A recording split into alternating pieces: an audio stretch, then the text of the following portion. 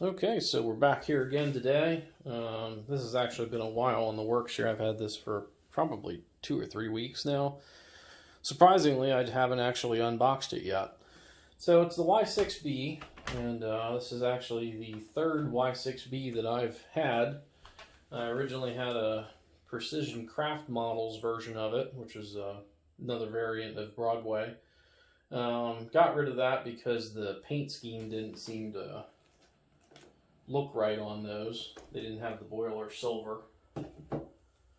And I also had a Paragon 2 version, which I thought the drivetrain was a little bit noisy on it, and I got it used. So I figured, why not try something brand new? And it's definitely got some weight to it.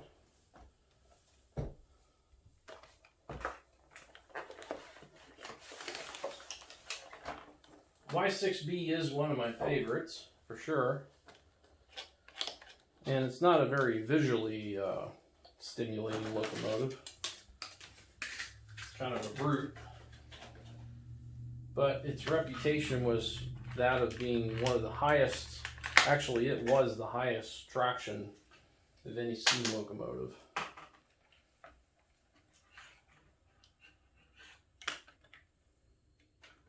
Alright, so we got it out of there.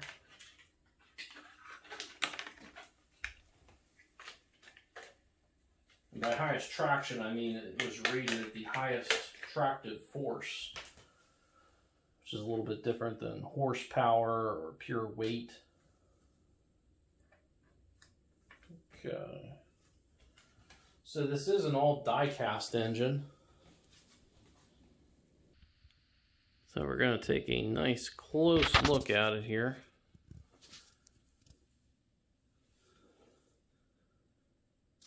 These are not functional markers. Looks like there's some residue on there. I don't know what that is. No, that's just packing material right here. That'll wipe off.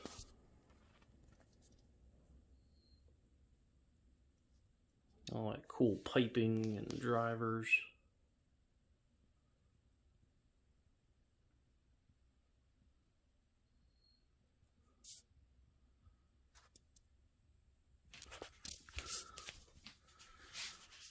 Really nice looking coal load there. A lot of cool detail on the top.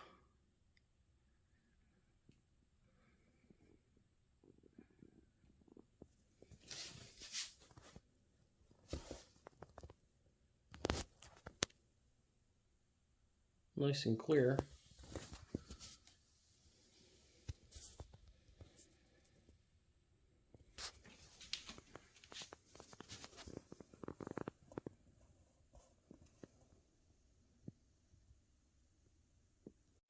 Inevitably, one of the things that people are going to ask is, how does this match up against the big boy? Both in terms of real world and also in the models. First and foremost, I mean, there is a size difference here. A big boy is certainly bigger. We'll check to see if there's actually a weight difference. The big boy does have bigger drivers on it. It's also got more wheels, but it doesn't have more driving wheels. So this is a 4-8-8-4. Really, the only thing that matters is the two driver sets in the middle, and then on this one it's a 2-8-8-2, but of course 8 drivers in either side here. They're both articulated. You know, we'll see if the smaller wheels equivalates to possibly a little bit better pulling power or worse, but we'll take a look at the weight comparison next. So just taking a look at the big boy here, it looks like I don't know how that works here. 10 grams. 53 ounces.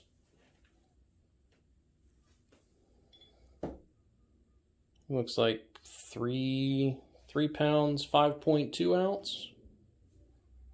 So we'll take a look at the Y6B.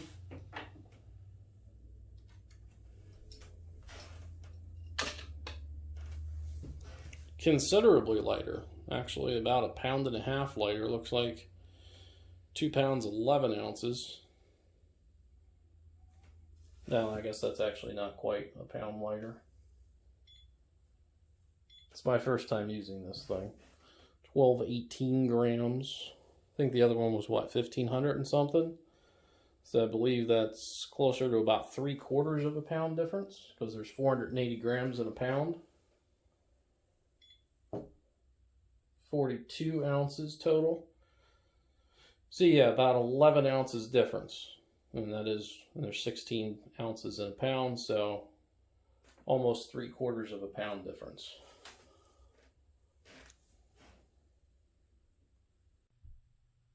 So I think I take back what I said about the looks of this thing. This is a beauty, actually.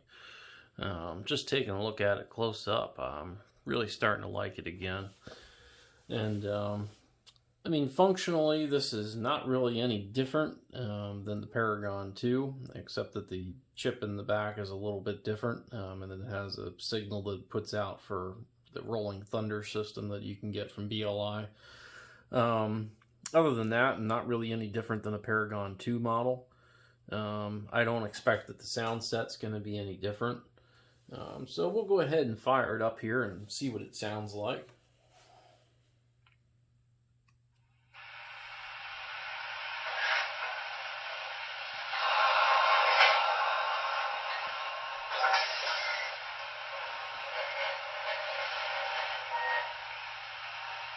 Fire up the headlight.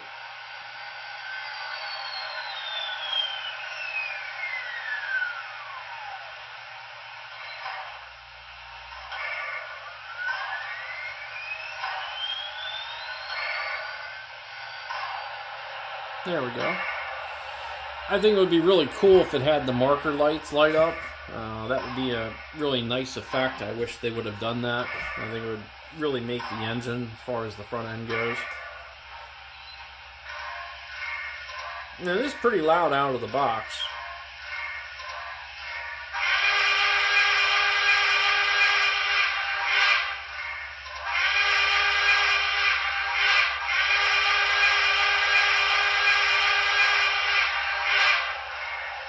And BLI does put a pretty good hooter on there for it.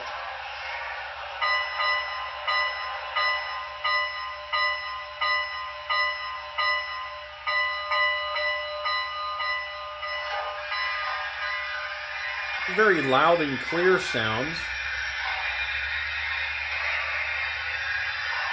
And this does have smoke. Let me go ahead and fire that up. This does not have whistle smoke. That would have been a cool thing for them to add, but guess not on this round.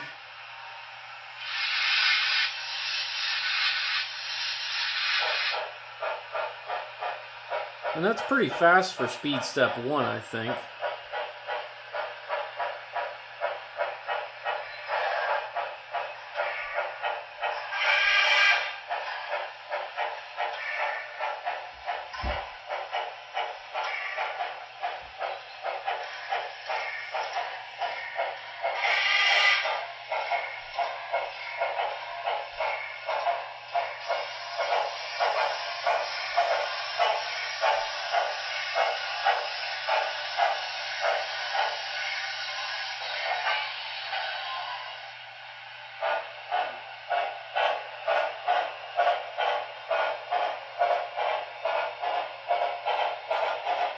Smoke doesn't really seem to be chuffing.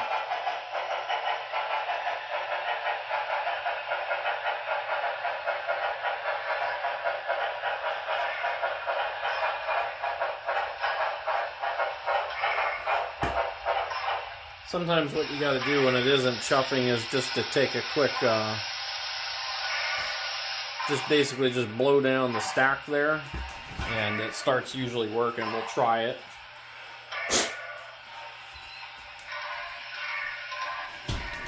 See if that does the trick.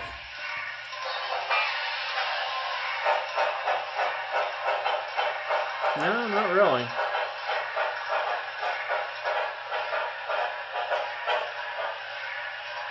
I hope something isn't wrong with my smoke unit.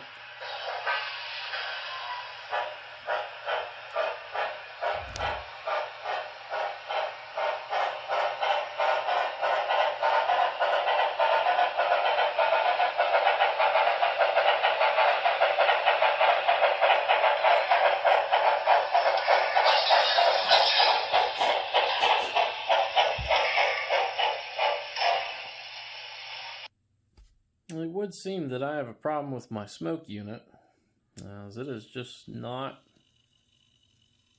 It's like the fan doesn't seem to be activating. It's supposed to shoot out of there, and it did for a couple seconds initially when we turned it on, and it's just not doing it now.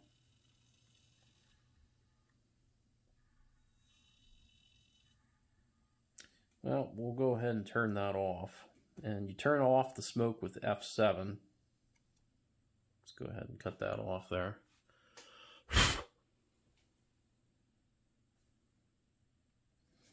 I'm not a huge fan of the smoke, so I suppose I can live without it, but it would be nice if that did work properly. And the other thing I'm noticing here is that there seems to be kind of a drivetrain noise. It's like a clicking.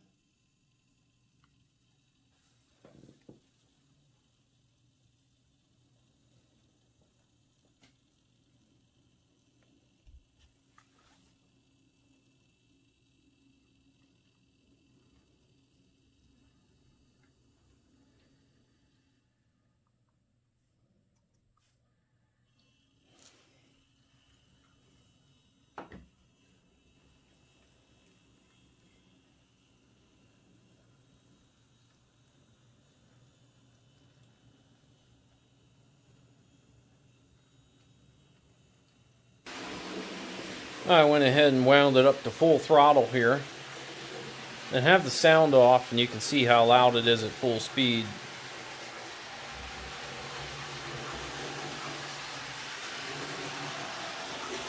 "81 scale miles an hour. That's excellent for a die-cast articulated engine. Obviously, prototypically, it's not going to run that fast. But if you do load it up with a whole heap of cars, like you normally would with this type of engine, I think you'll see that speed be pretty realistic. Very good. That's excellent for this engine. So we'll go ahead and slow it down here and see how it runs at like about a nice 35 miles an hour or so.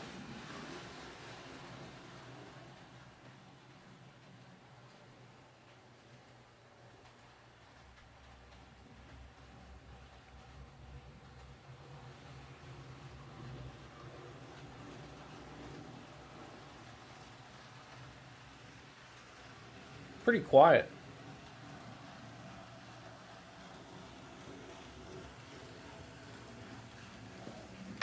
Alright, so we're going to do a slow speed test here.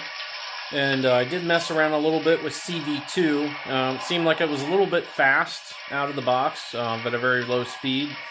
So I set CV2 to a value of 1, and it seems to be moving at pretty much its absolute minimum crawl. So we'll see how fast that actually is. And we'll listen to it as well. So, speed step 1.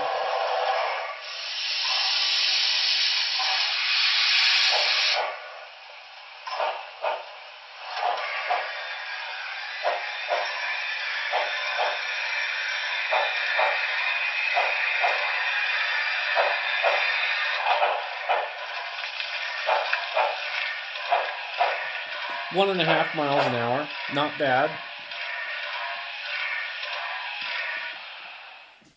Generally, I look for anything below about, 1 mile an hour and pretty close to that, and that's pretty good there.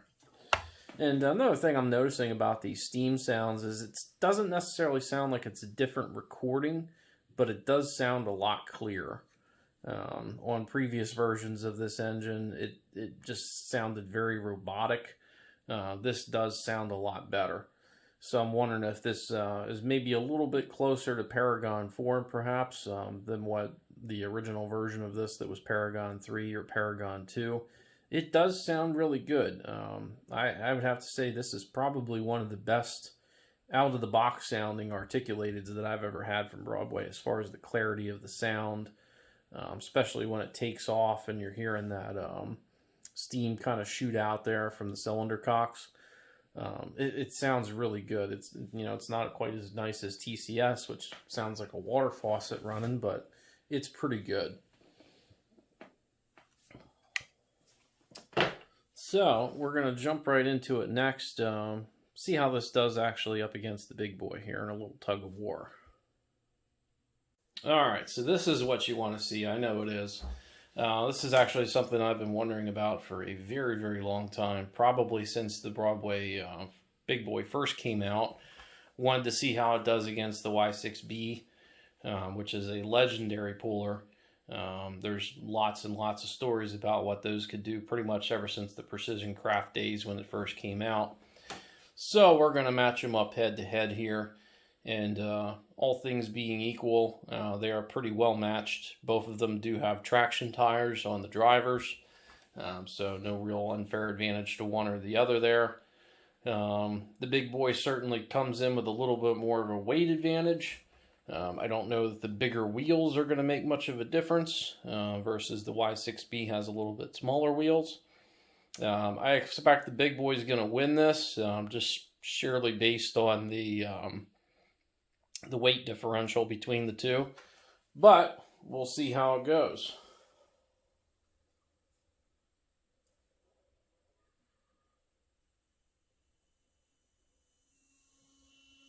So both at speed step 1.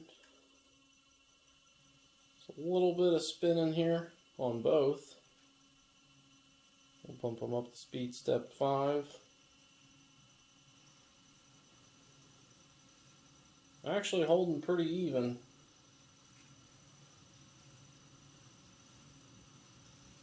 Speed step 20. It's almost a dead heat. I mean, the big boy takes an inch or two here and there, but it is a slow go. Alright, we'll back them off there. We don't want to burn off the traction tires. So, big boy, but just barely. Definitely wasn't the blowout that I expected there. So I am very impressed by that performance. There's almost nothing that big boy won't walk away with, and it struggled big time just to get this thing to move. So that is very, very impressive. And if you watched any of my old big boy videos, you've seen me pull multiple diesel engines. I think I pulled up to 3 MTH diesels facing up against it, which is no small feat. So this is definitely an excellent puller. Not quite as good as the big boy. I think another interesting matchup might be this versus the Challenger. And I think it might actually be able to take one. But that might be a story for another day. I almost forgot. I actually had an auxiliary tender to run with this. Picked up one of these a couple years ago. It was on the last run of these that they did. Never actually gotten to run it. So this is the appropriate one to run. I also have the other one that has the stripe on it to run with 611, but this is the right auxiliary tender to run with this engine. So, unfortunately, I don't really have any Norfolk and Western rolling stock to put together a nice train for this to run for some run-bys. But we're going to take a look at it from a couple different angles and some different speeds. Just make a little montage of a run-by here, and we'll see what it looks like.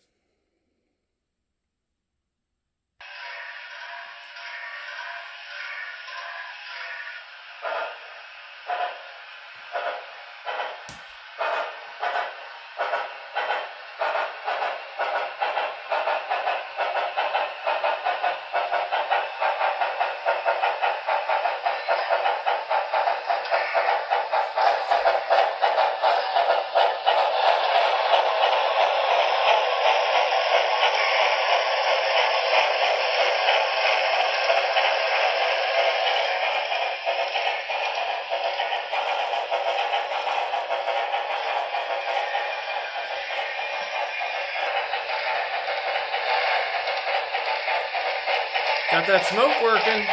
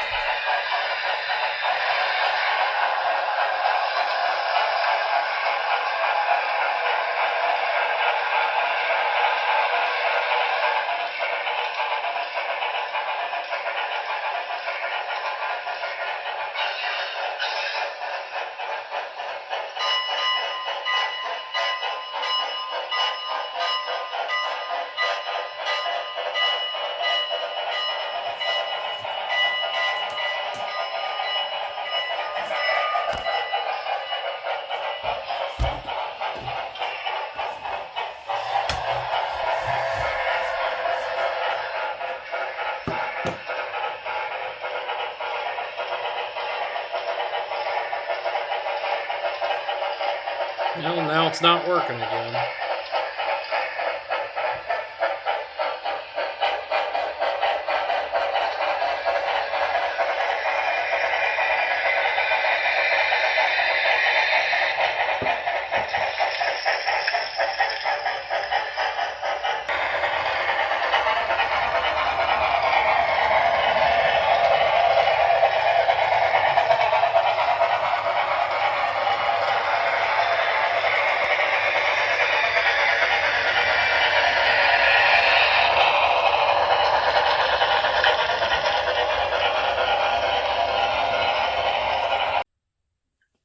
All right, so you've seen it in action there. So let's wrap it up. First of all, cost, availability. These just came out. They're pretty widely available. Pricing is usually around the mid 400s. If you see them for 500, you probably want to stay away from that unless you simply can't find it anywhere else. When these last came out, these were actually among the very first engines to have Paragon 3 when they came out originally the last time. And pricing was right around 425 or so. Obviously, that was a couple years ago. The marketplace has changed. The landscape of the world has changed, especially from goods imported from China.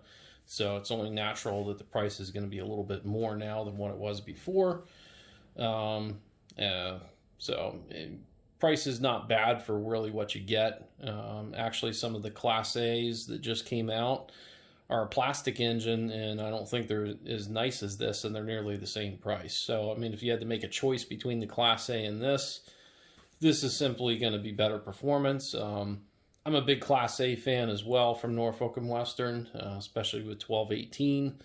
I did have thoughts of picking up one of the most recent run of those here, but I do already have 1218, so I kind of felt like I would be repeating myself a little bit. And just the price of those for a plastic model has just kind of become astronomical. So, you know, from a cost perspective, for a die-cast articulated, this is pretty much run-of-the-mill, even definitely cheaper than what the Challengers or the big boys were. Granted, it is a little bit smaller engine than those two and probably a little bit less popular. From a performance perspective, this could be best described as what you would call best-in-class pulling power. You would be hard-pressed to find many locomotives from any manufacturer, any configuration that are going to outpull this locomotive.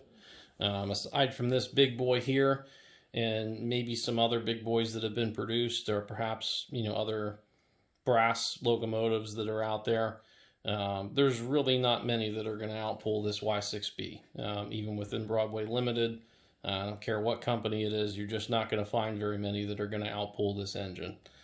So if you want an absolute workhorse that you can load up everything you have on, this is the guy that you want. The motor's reasonably quiet. You have good speed control. Very excellent top speed as well. Not a lot of these articulateds hit 82 miles an hour, so that's definitely a good thing. And that, of course, will come down once you load them up, but you definitely want a little bit of headroom up there. And from a slow speed, you know, it got down to about 1.5 miles an hour. Of course, loaded up again with a full fleet of cars behind it, that probably will get a little bit closer to 1 scale mile an hour, which is about perfect.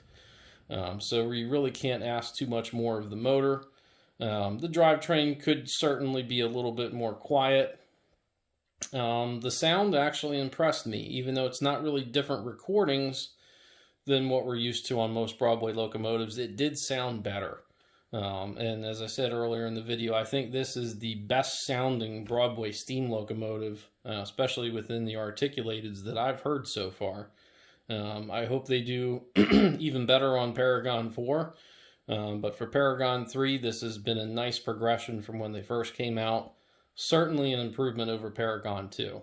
If you see a comparatively priced Paragon 3 model of this versus a Paragon 2, I would suggest going with the Paragon 3.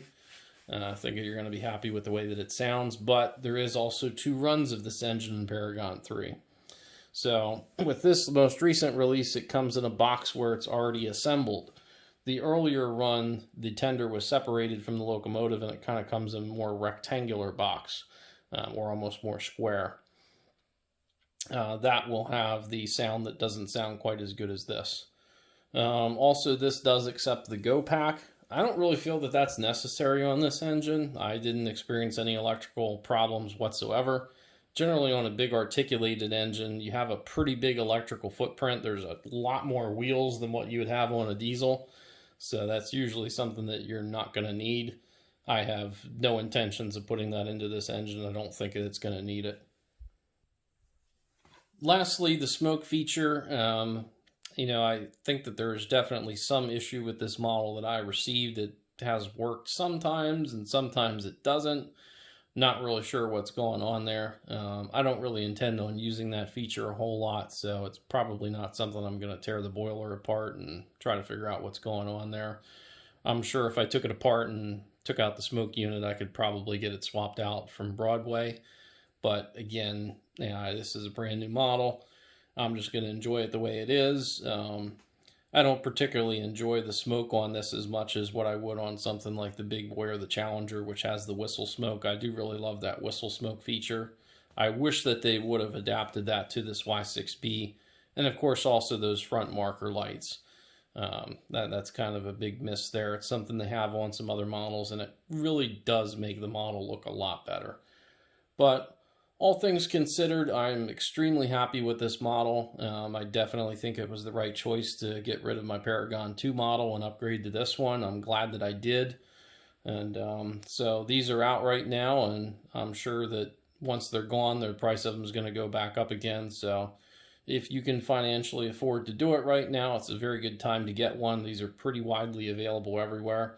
And it's a solid model, and I don't really have any intentions of fooling with the sound on it, which I tear apart everything. You guys know that.